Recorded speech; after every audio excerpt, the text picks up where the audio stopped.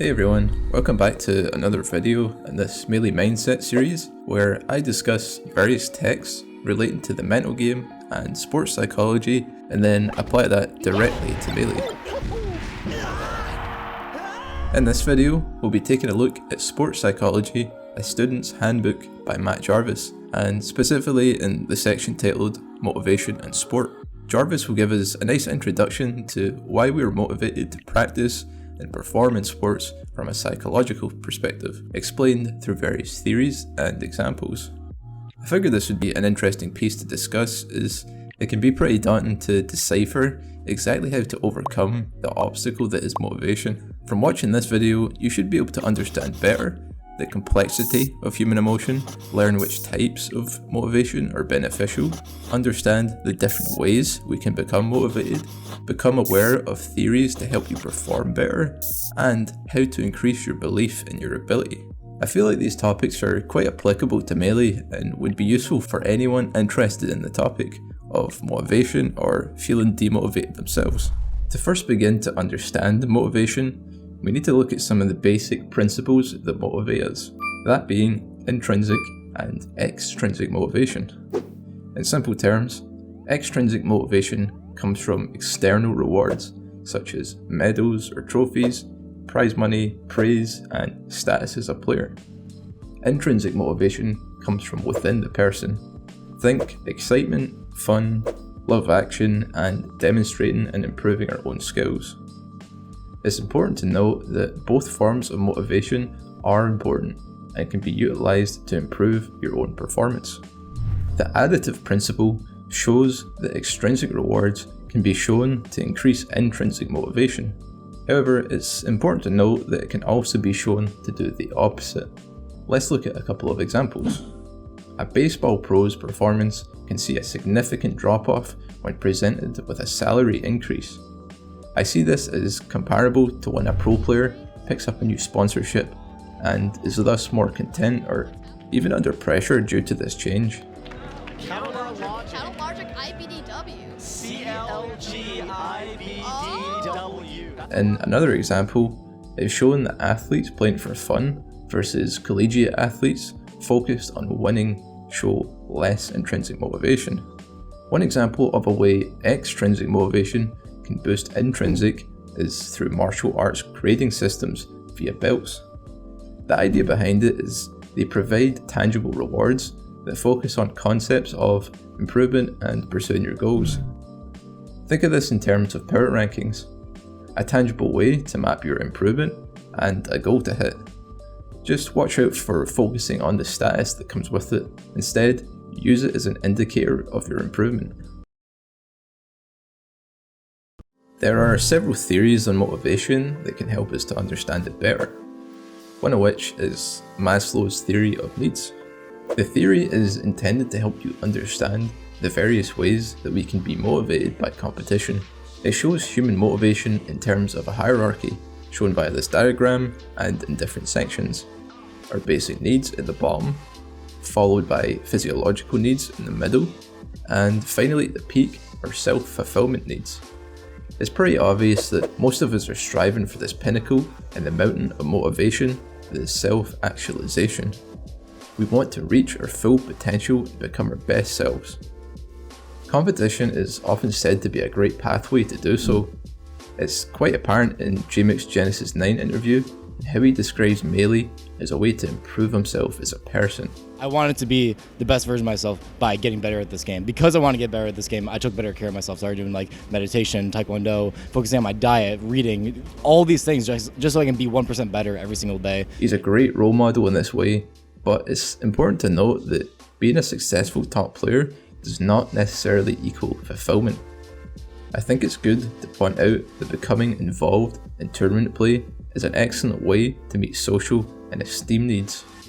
You may make many close friends through locals, and you can see your improvement become recognised in a positive way by others. Maslow believes we are motivated by these needs in order from bottom to top, but this is not exactly definitive. According to research, 65% of ballet dancers have chronic injuries, and has been suggested this is due to their pursuit of aesthetic needs. skipping over their physiological ones. I can speak from experience in this one that I have often skipped meals and rest in the same pursuit of performance, and it's not really a healthy way to view competition. Make sure to put yourself first. The second theory is the McClelland-Atkinson theory of need achievement, which we'll shorthand as need achievement theory for the purposes of this video. The idea behind this theory is to determine why some people are more motivated than others. If we bring back the concept of intrinsic motivation, it's more or less an individual's desire to achieve at its core. If you were to look at the inverse of this, it would be the motivation to avoid failure. In tasks such as sports, or even melee in this case, we experience something called approach avoidance conflict, where we are split between the motivation to succeed and the motivation to avoid failing. Depending on how strong one type of motivation is, will determine whether we take part or not, and can be signified by this basic equation. McClelland and Atkinson actually believe the idea of achievement motivation to be a personality trait. Those with it will find their efforts to succeed vastly eclipse their fear of failure. But the situation also plays an important factor in whether we feel motivated to achieve or not, the sub-factors being the probability of succeeding and the incentive to succeed. This means if you didn't fall into the innate personality trait of being high achieving, the right situation could motivate you, one where you would likely do well, and the rewards of doing well would be good also. Think about the difference between entering a major event where you aren't likely to make it out of pools and competing at a regional tournament where you're likely to make it far in the bracket. The chances for success at the major event are low, but the rewards are huge. At the regional, the chance for success is high, but the rewards still being beneficial. You can see how competing in these different scenarios would thus affect a competitor's motivation differently. To further expand upon this, if you're a high achiever, you're likely to search for different tasks to test yourself, and if you're a low achiever, avoid these difficult ones. In the former case, you should be looking to challenge yourself to keep your motivation high, and the latter should settle for achievable tasks to avoid demotivating them. It's all about finding comfortable and enjoyable ways for you to improve based on your individual traits in the long term. Achievement orientations are basically two different types of ways we are motivated, one being how we are motivated through tasks and processes, the other being our ego and the rewards associated with it. Let's talk through some examples to get an idea. Task orientation begins to show in children around the ages of 2 to 6, and they will begin to judge themselves based on the effort given to a task. In contrast to this, ego orientation starts development at the age of 6, and thus will begin to base their competence in reference to their peers. It's worth noting that these orientations are not mutually exclusive. Some competitors prefer to look at their past performances, whilst others compare relative to others. It really depends on how we are motivated. However, it's known that an attempt to blend both is imperative to reach your potential. In fact, task orientation is said to be more persistent in the face of adversity. To emphasize this, a study was conducted with novice golfers under 4 training conditions. The first group with a focus on winning, the second on task mastery, the third was a balance between both, and the fourth with no focus at all. The group that had a balance was actually the only one to see significant improvement in that 6-week period. Mastery and performance environments are different situational aspects we can use to accentuate task and ego orientations. In simple terms, each are ways we can access each type of motivation. A mastery environment is with focuses on the mastery of skill, and a performance environment is a comparison of individual abilities. This is similar to what we just previously discussed. When intending to practice as a low ability competitor, say you're somewhat new to the game, a performance environment is going to be detrimental to your learning. In comparison to a high ability competitor, a performance environment is going to help you practice and test your abilities for a tournament situation. However, this is not to say that this is all you do once you have reached a comfortable level of skill. In practice, a task-oriented environment is going to be the most beneficial when training and learning. To make your learning environment task-oriented, the target approach is a good one to make use of. Tasks. A variety of challenging tasks in which players set process goals. Process goals are small achievable ones in our control that we build up over time to eventually hit a larger one. Think of a couple for a matchup, or even just generally before you play, and work on them during your session. Authority. Players play an active role in decision making. Naturally, in Melee, you will be allowed to make all the decisions yourself. Make sure you're taking responsibility for what you're choosing to practice. Recognition. Recognize individual progress. Compare your progress to yourself and not to others. How did you perform compared to the last time you practiced this situation? Use the sandwich method, one positive at the top, a constructive negative in the middle, with another positive at the bottom. Grouping. Use mixed ability groups. While in Melee we don't play in groups, it's good to practice against a range of skill levels. Evaluation. Evaluation should be based on personal progress. It should be done by self and peers. Be realistic about your evaluation and expectations. Asking others for this feedback can be beneficial to the often much needed perspective. Time. Allow time for the practice of technique as well as competition. Everyone learns at different paces, so we should allow it to take as long as it takes and be comfortable with that. Let's now discuss the third theory, known as Attribution Theory. As humans are typically naturally curious, we hope to understand the things around us, specifically the causes of particular events and behaviours, thus drawing conclusions about why someone behaved or performed in a certain way, an attribution. There are two types of attributions we can make, either internal or external. An internal attribution would place the responsibility for the behaviour or performance on the individual. Think of owning up to your own decision making in game, rather than blaming the reasons on the situation like a character matchup.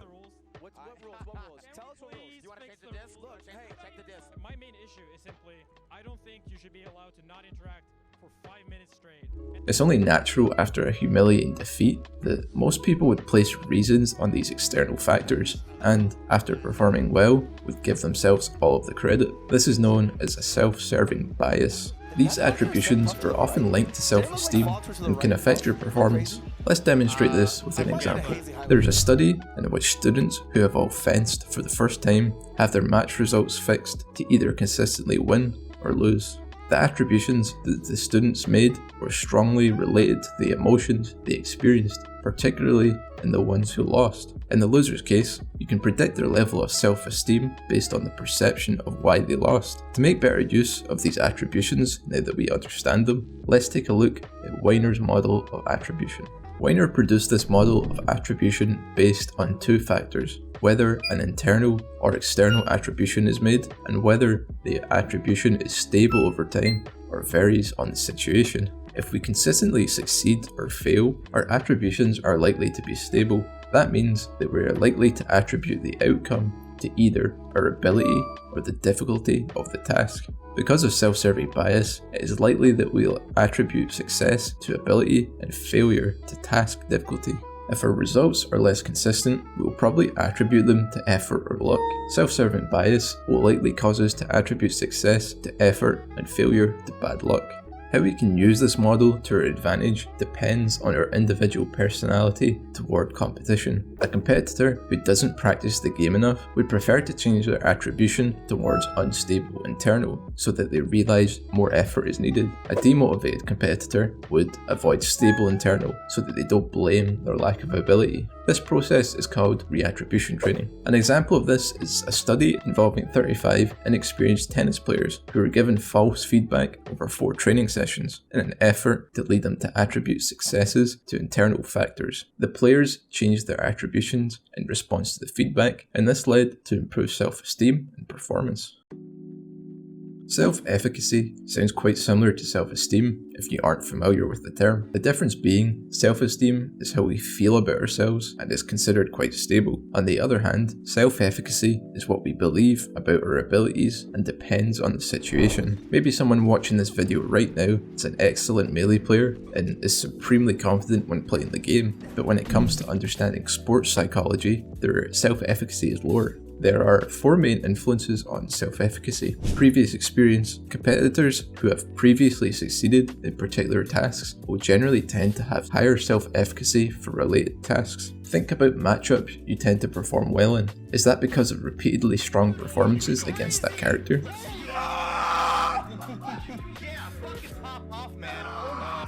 Direct persuasion. Poor self-efficacy beliefs are open to challenge. A persuasive coach can convince competitors of their ability to carry out tasks. It's much more difficult to convince ourselves. Self-serving bias plays a role in this, but you should consider asking a friend or a coach if you feel stuck, as it can have a dramatic effect on your outlook. My MA versus Sin. Cincinnati. Cincinnati. Not Cincinnati. Observational learning. We tend to pick up on the self-efficacy of fellow competitors. When peers of previously comparable ability or success express their positive beliefs about their ability to perform a task, this suggests that we should also be capable of doing so. How often do you hear discourse about a particular character at the top level? There are not enough Falcos, she can't win a major. Then when the curse is broken, all the character representatives get boost. This is because of observational learning.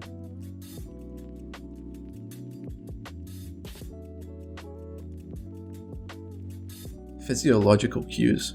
We constantly experience our physiological state and use this as a source of information about our current emotional state. If, for example, we notice signs of anxiety while carrying out a task, we may attribute this to personal difficulty with the task, leading to reduced self-efficacy. If, on the other hand, we are relaxed while doing something, we may interpret this in terms of the ease with which that task comes to us. Mindfulness is incredibly important to overcoming physiological states, as it can help you to accept these feelings and still commit to your goals. Self-efficacy can have a powerful effect on performance. Once extraordinary performances are shown to be doable, they become commonplace. We can make attributions towards our successes and failures, even doing so to the ones we're only spectating. We are often unrealistic with these conclusions and ignore the facts present to us. This is known as counterfactual thinking. When we attempt to figure out the cause of an event, it can make us consider past events that we no longer have control over. But we're only torturing ourselves by thinking about what we could have done better, or maybe not have made that mistake. You can see this in underachieving competitors and is known as upward CFT. The opposite of this is also true. We can ruminate on how much worse it could have been, known as downward CFT. This phenomenon often occurs during a negative, unexpected, and upsetting outcome, often constituted by a near miss. Think of the 1998 World Cup quarter-final. David Beckham kicking out versus Argentina after an aggressive tackle. It wasn't guaranteed England would win if Beckham remained on the field, but the flurry of fans seemed to think so, engaging in CFT, wondering what the outcome might have been had it not happened. If England had obviously been losing beforehand, this event would not have been as relevant. It emphasises the importance of the near miss in activating CFT. Both forms of CFT can create negative and positive affirmations toward our play. Upward can be depressing, playing out these painful experiences. However, it can also spur improvement. Downward CFT can work defensively and make us feel better after something has gone wrong. However, it can also lead to complacency. Imagine a martial artist who scrapes through their brown belt grading and dwells on the achievement, ignoring their nearness of failure and the harder task of gaining a black belt. They'll lose the motivation to continue training. Martial artists will introduce new challenges and work students hard to avoid this. You could contrast this to players who reach a PR goal and thus lose motivation after achieving this and not setting new ones.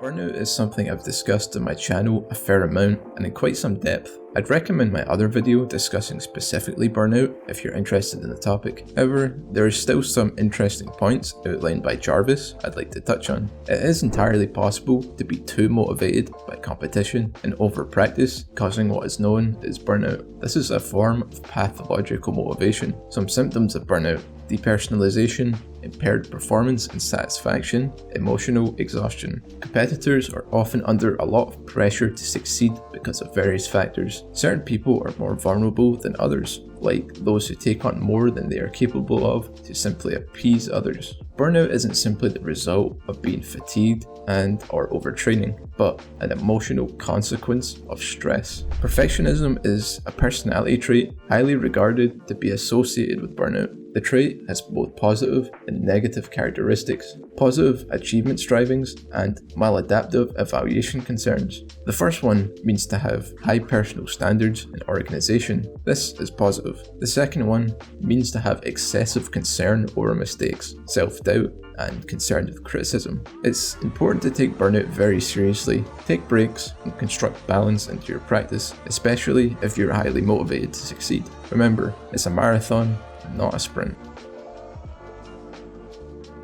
Let's now summarize the various topics we've discussed regarding motivation. Human motivation is complex and can be simplified through the various theories. Intrinsic motivation is the most important factor, and adding extrinsic tends to have negative effects. Maslow's approach helps us to look at the many ways we can be motivated to compete. The most influential is achievement orientation and the focus on mastery of skills. It's also important to note how to foster this mastery. Attribution theories allow us to look at how we performed in a healthier way, attributing failure to effort rather than ability. Self-efficacy is our belief in our abilities and can be improved with successful feedback, verbal persuasion, and reattribution training. Burnout is not to be taken lightly and is important to become aware of it. Take action. If you made it this far, I really appreciate you taking the time to watch this, so thanks a lot. If you enjoyed it, it would be great if you could show any support. I'll also be happy to hear your constructive feedback regarding the video so I can explain these topics more coherently. Thanks again for watching, and I'll see you next time.